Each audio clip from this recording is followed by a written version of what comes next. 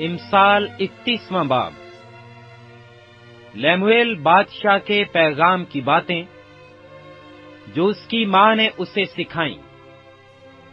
اے میرے بیٹے، اے میرے رحم کے بیٹے، تجھے جسے میں نے نظریں مان کر پایا کیا کہوں؟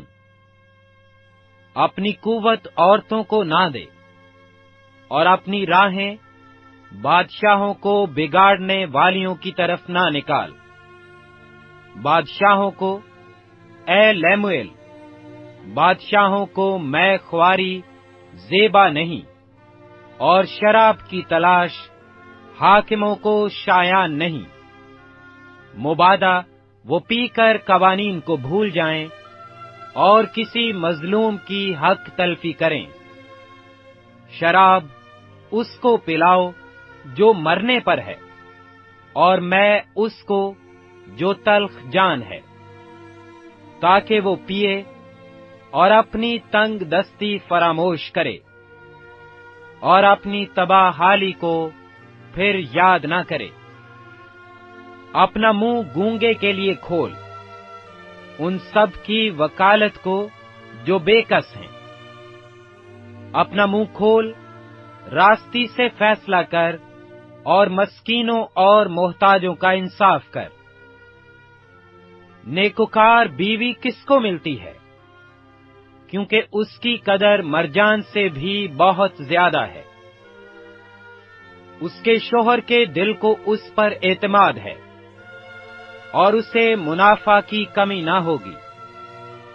وہ اپنی عمر کے تمام ایام میں اس سے نیکی ہی کرے گی، بدی نہ کرے گی۔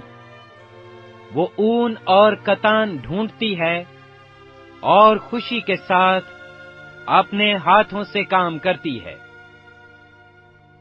وہ سوداگروں کے جہازوں کی مانند ہے، وہ اپنی خورش دور سے لے آتی ہے۔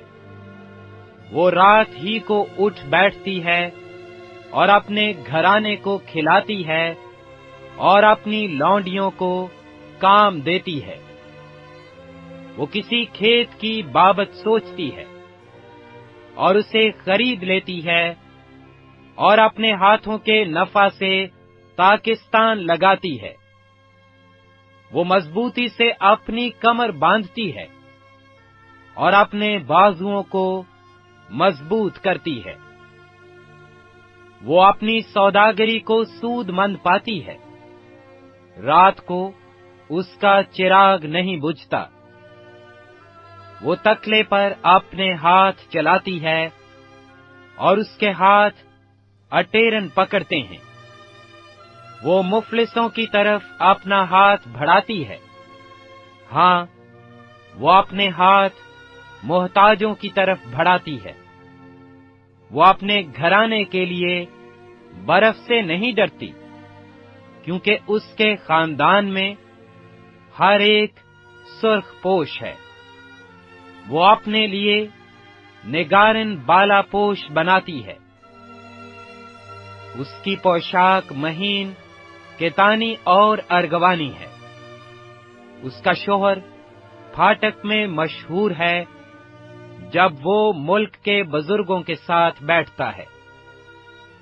وہ مہین کتانی کپڑے بنا کر بیچتی ہے، اور پٹکے سوداگروں کے حوالہ کرتی ہے۔